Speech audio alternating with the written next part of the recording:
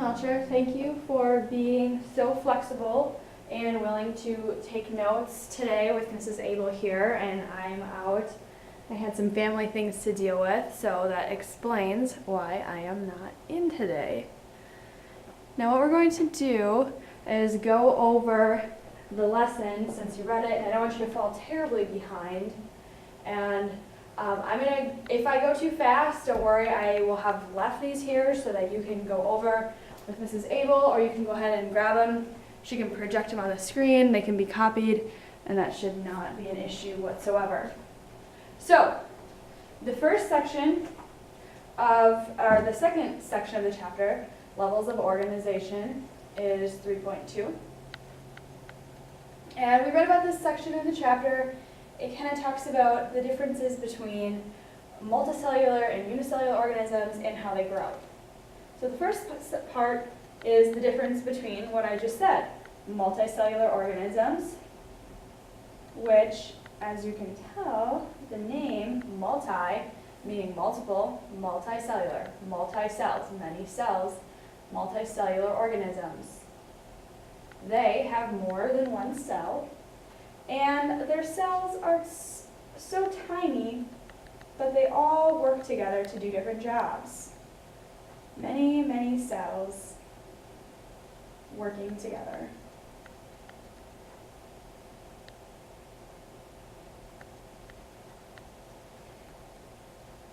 When you have multicellular organisms, they do what's called cell differentiation. We practice saying this word, differentiation. Maybe you should try to say it again. Say it, everybody. Cell differentiation. Cell differentiation. That means that a cell can become any type of cell.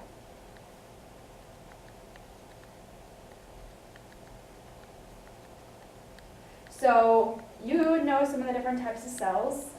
There's bone cells, there's muscle cells, and all these different cells do different jobs. All cells in multicellular organisms have the same DNA.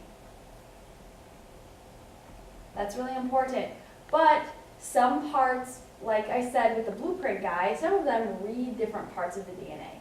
So even though the DNA is the same, different cells do different jobs.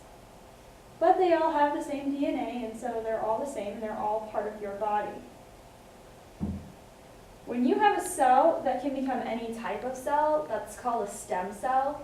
And those are important when you have little babies inside mamas. The stem cell is what makes them grow into different types of cells. I'm not going to write that down because I just wanted to kind of touch on it and let you know what that is. Okay, the other type of organism, unicellular organisms.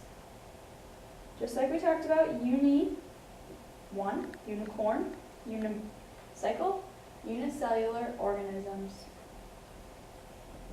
Unicellular organisms have just one cell, and they can be prokaryotes or eukaryotes. One cell. Prokaryotes, which here I'll write how it's pronounced. The girl's name, Carrie, and then like you eat oats. Prokaryotes, they do not have a membrane-bound nucleus. What that means is there's no nuclear envelope. And you'll only find these prokaryotes being unicellular organisms. No nuclear envelope. Which you should remember that we talked about the nuclear envelope in the last chapter. All right.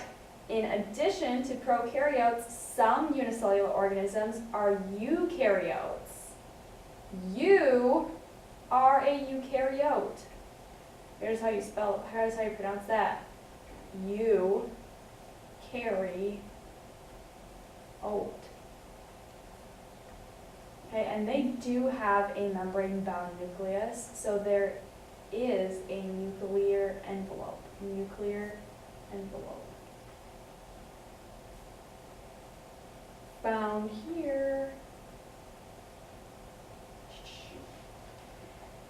All right, if you do have questions, I would encourage you to write them down so that when I get back, which will hopefully be tomorrow, then I can talk to you about them and you can ask about them. All right, another part that this chapter touched on was talking about plants. And I know some people, I think it was Kaden, said, oh, I really love reading about the plants, so that's awesome. Plants, they have their own organ systems too. Plants have organs, and so do eukaryotes, multicellular organisms. Plants have organ systems. They have the root system, and they have what's called the shoot system. And they can use that to grow.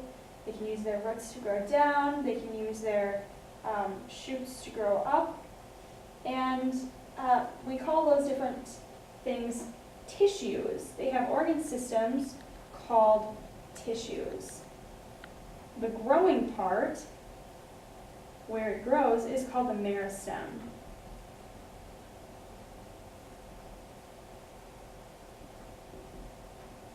The meristem, that's the part that we looked at in the book, and some of you guys said it looked like a lobster, and some of you guys said it looked like a claw. That's like right here, the very top part. That's the meristem, that's my plant. So the meristem, and they call these tissues in a plant, tissues. But animals, they have tissues too. They have their own organ systems. Maybe you know some of the organ systems. Maybe you talked about them in the past and you might remember. There are the digestive system. There's the nervous system. Maybe you know another one that you can write down. There's the circulatory system. So digestive does what it sounds like, a digestive food. The nervous system, that's part of your nerves, your brain, and your spinal cord. And the circulatory system, it circulates things like your blood. Okay, so we talked about multicellular organisms and unicellular organisms, and plants and animals, which are both multicellular organisms, and that they have jobs, and inside the cells have jobs to make the organism actually be an organism. Last thing for today, and like I said, write down any questions you have, is to think about this. There's the cell, the tissue, the organ system, and then there's the organism. This is in size order. So the cell is the smaller one, then the tissue. If you have a lot of cells together, you have tissues. If you have a bunch of tissues, you have an organ. If you have multiple organs, you have an organ system. And all your organ systems together make an organism. Oh, you can't even see what I'm writing. Okay, sorry. So cell, tissue, organ system, organism. And why don't you, on this map, figure out where the atom goes? Okay, hopefully I will see you back tomorrow, and good luck.